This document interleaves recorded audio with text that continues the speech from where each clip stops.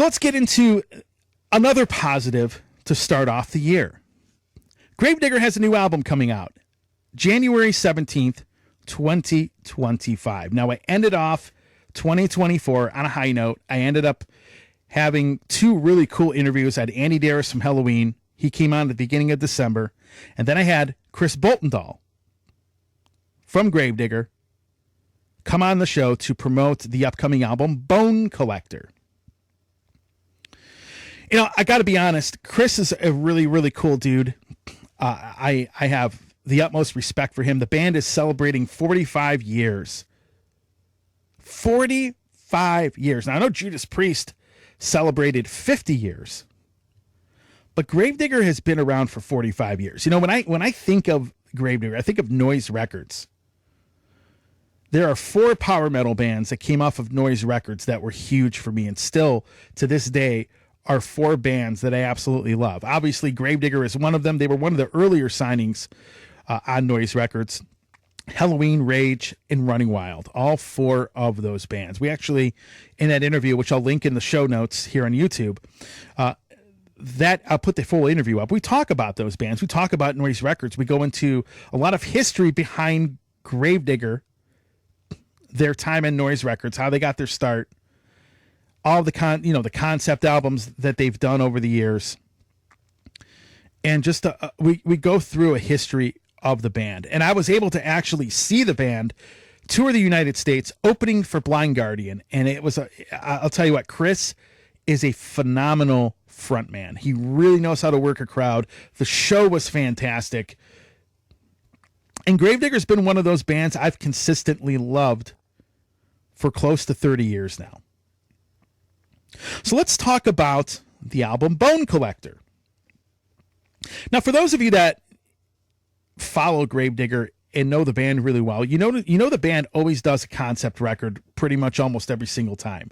You know, they put an album out that's telling a story. You have, albums like Tunes of War or Knights of the Cross, or just all of these albums are mostly concept records. Fields of Blood, all these albums are mainly all concept albums. Well, this time, the big difference between this album, there's actually some very big differences with their new album, Bone Collector, compared to the rest of their catalog. First of all, it's not a concept album, meaning that you don't have all these songs aren't part of one story. Like, you're not going through all 10 tracks, which is basically each track telling part of a story. Now, for example, if you listen to Knights of the Cross, they're telling the story of the Crusades. Tunes of War was about the Scottish rebellions.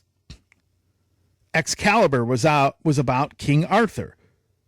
Rheingold was a concept album. So most of their albums have been concept records. Bone Collector is not. Now, there are some very gruesome themes to a lot of these songs, but they are not linked as far as like a concept record would be concerned. Like, they aren't all telling part of one story. And the interesting part about this band doing this is that, they haven't really put an album out with this style since probably The Reaper, which was basically their comeback album. And it gives me vibes of that record, maybe some of the 80s stuff. Now, I'm not a fan of the 80s stuff as far as like the production and the sound quality and stuff on those albums, but this album is a little more straightforward, a little less progressive, and it is not a concept album, but I think the album is phenomenal. It's one of my top 5 Gravedigger albums if I had to pick one. The songs are great, and the album itself was a lot different. In fact, Chris Boltendahl came on the show, and he gave a brief overview of the album. Check out this interview clip from our interview back towards the end of December. Check it out. New album called Bone Collector, which I think is really, really good, and it's great to have you back, sir. Oh, thank you very much.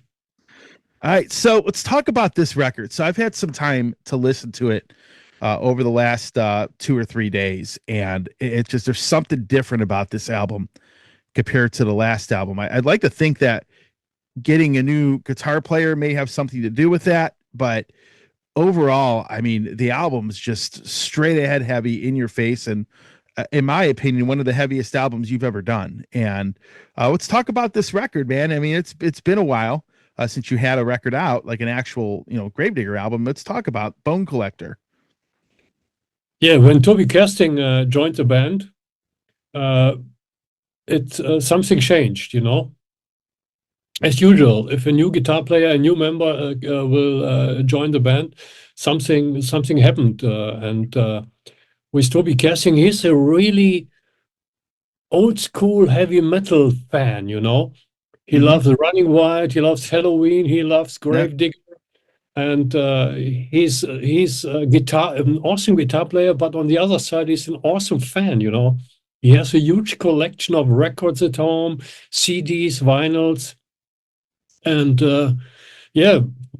As you know, I did my solo project with him together with Chris Bolton at Steelhammer. Mm-hmm. And when Axel left the band, it was for me it was a logical thing that Toby will join the band. So with Toby, we are able to capture some spirit from the 80s back to the band, you know. And that was very important for me because when we started in the 80s, it was all what we did with Gravedigger was very simple, you know. If you listen to a Heavy Metal Breakdown or Witch Hunter, it's a simple song structure, simple lyrics. Everything was really simple. And over the years, we are more connected to this concept CDs, which are fine, definitely. Tunes of War, Excalibur, or also the previous one, Symbol of Eternity, all that good. But to bring back this old spirit, that was totally important for me. And I think that we are nearly reached this goal to let the people feel what's Gravedigger, the essential of Gravedigger, you know. And that is Chris giving a brief overview of the album, basically talking about the fact that the record is different. Now, one of the highlights of the album for me is their new guitar player, Tobias Kersting. He played on Chris Boltendall's Steelhammer. That was a solo album that came out a little while back. I think Tobias plays some great riffs. And I was like, man, and every time, it's kind of funny. I talk about guys in bands who pick really great singers for their band or pick great band members over the years. I think Chris has always done that. And one of the biggest positions in this band, he's done a phenomenal job as far as bringing into the band are guitar players. And Tobias Kersting is definitely no exception to that. Check out this clip. He talks about Tobias and talks about why he picked him for Gravedigger. Check it out. You know, you mentioned Tobias coming into the band, and I've noticed, I remember when Manny came into the band, I remember when Axel came into the band, and you could always get a feel of the new person. Like you could feel a change. Not saying the change was bad, but you could feel a change. And when those guys came in, I remember when Manny came in, the first album he played on, which was basically a self-titled album. That album blew me out of the water. And when you look for these guys and when you ask these guys to join the band, what was it about them that you knew they would add something to this band and really kind of improve things for you? I think that when Manny joined the band, it was a little bit more of this progressive stuff. He was playing with Rage, and the big difference was that he more or less had to learn this old school stuff, you know. And I always wanted to do an album like the old Black Sabbath or the Osbourne stuff. And that was more or less a target when Manny joined the band, that we did this one with the Gravedigger self-titled album.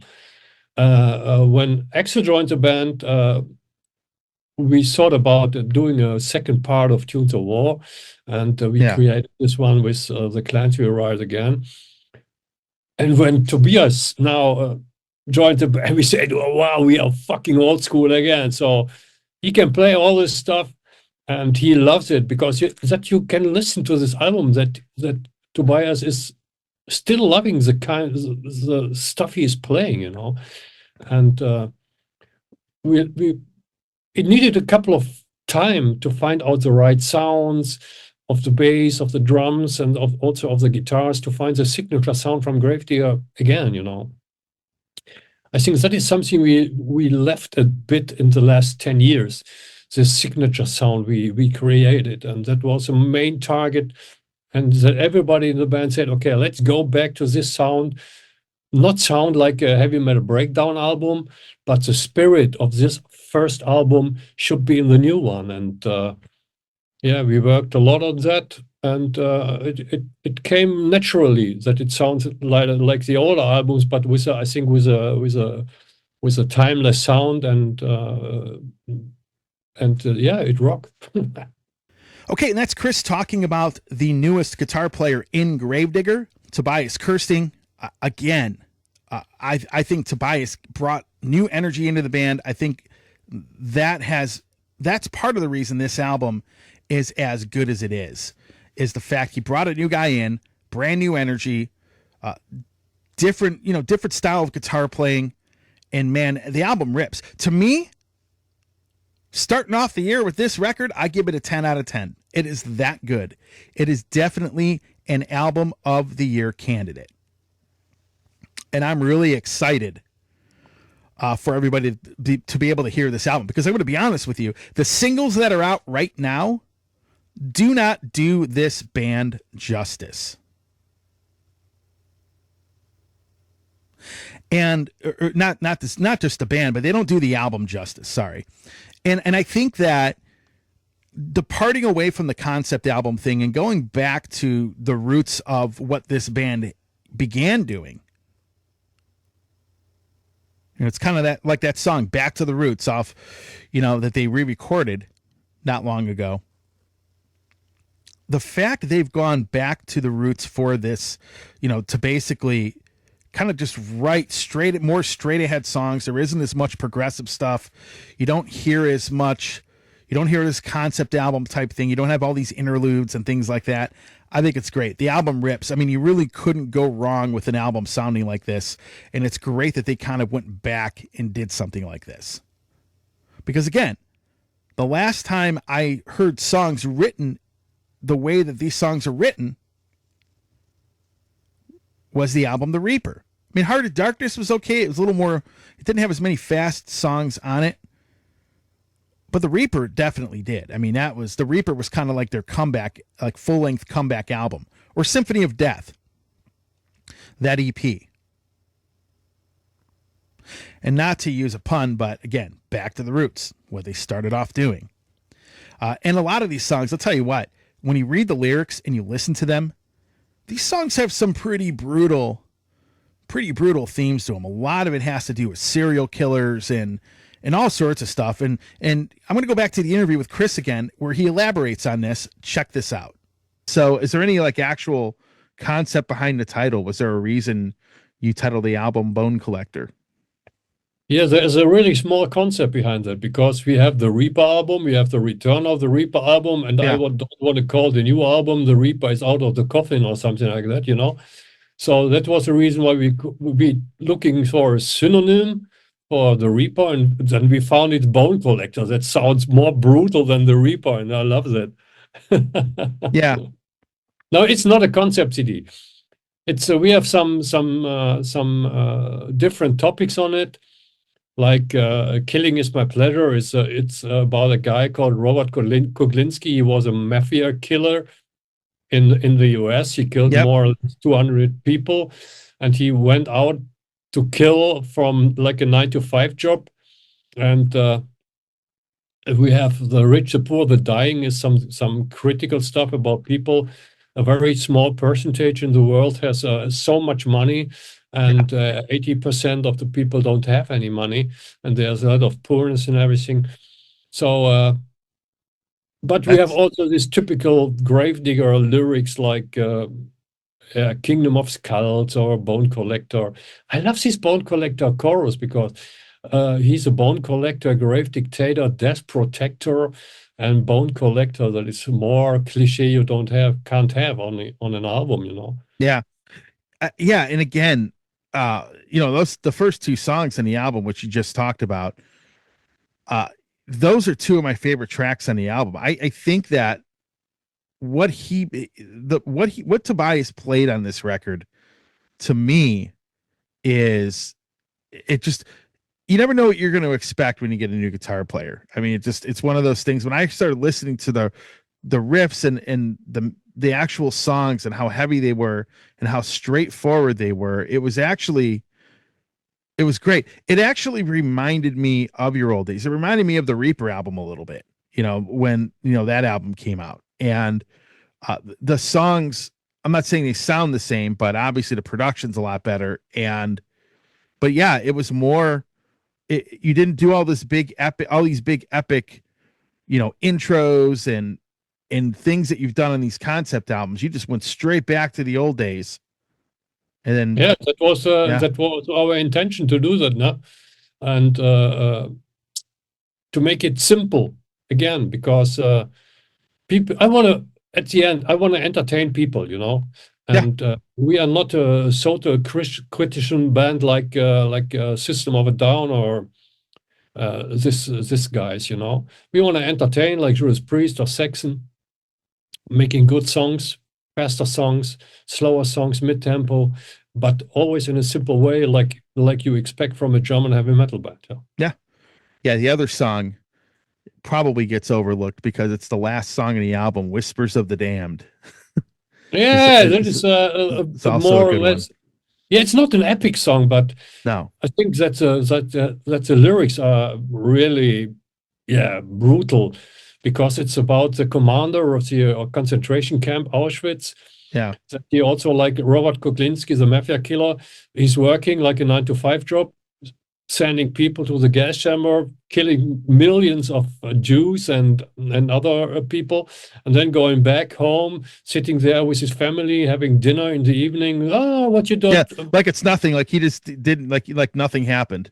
Yeah, Yeah, and the wife said, "Oh, what you did the whole day at your work? Oh, I put some people in the gas chamber, killed them. Okay, good, nice, nice." So it's weird, and I love this song because the lyrics are so authentic, and I like also the song structure because I'm a great fan of Ozzy Osbourne and his second solo album, Diary of a Madman, and we take this a little bit as a tribute to this song. You know, when I talked to Toby, hey, let's write a song like this, you know, hmm, and then we came up with this song, and I think, yeah, it's amazing. that's actually my favorite Ozzy album.